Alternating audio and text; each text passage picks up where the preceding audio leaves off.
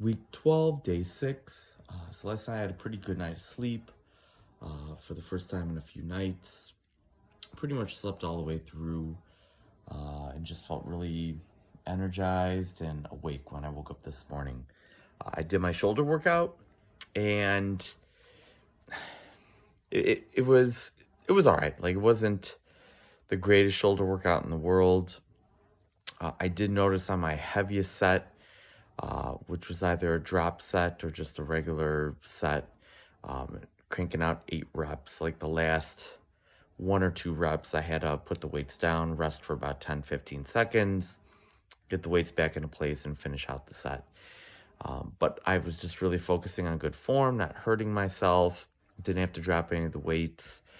But I think my weaker body parts, like my shoulders, are definitely my weakest. I would say my chest is probably a close second, that I'm starting to notice as my calories have started to decrease, that those particular muscle groups, I'm feeling it a little bit more and just feeling a slightly weaker.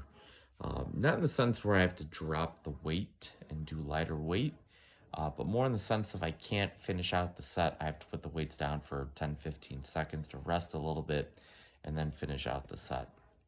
So we'll see if that same situation happens with some of my stronger body parts, like my back, my legs, tricep, bicep. Those are kind of like in the middle between my strongest and my weakest body parts. But yeah, I had a keto brick for breakfast this morning. Gonna do some Stairmaster in about a couple hours here, and have my big dinner later tonight. Do some nice reading. I'm on spring break right now, so I'm just gonna really try to optimize these 9 days off and really focus on meditating, reading, just relaxing, allowing my body to really tap into its full potential and recovery, and just not having to worry about the stresses of life. So just gonna try to just up the meditation. Typically I will meditate within like the first 30 minutes of getting up in the morning, for 10 minutes. I'll also meditate for about 10 minutes, about an hour before I go to bed. And also before I start my fiction reading before I go to bed. I like to read 60 to 90 minutes before I go to bed, and it's always fiction. Just eases my mind, helps me get into that restful relaxation state before I go to bed. In the morning, I'll do my nonfiction reading if it's not a work day. And I'll read for hour and a half to 2.5 hours, sometimes 3 hours.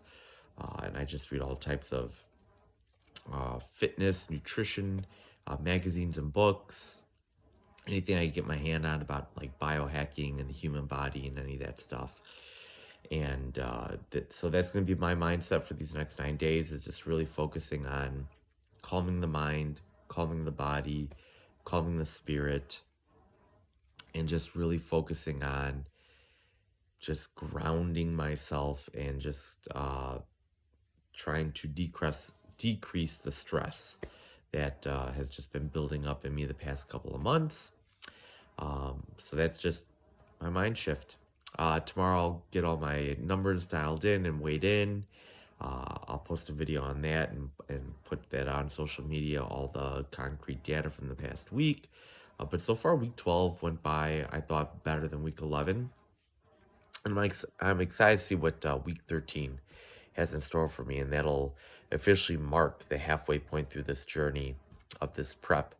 Also, a week from today, next Saturday, I'm going to get a DEXA scan done, so that'll give me a real, true, definitive analysis of my body fat percentage, my weight, lean tissue mass, all that stuff. So I'll be posting that a week from today.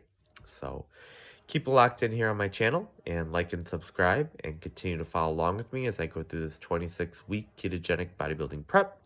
I'll see you all tomorrow.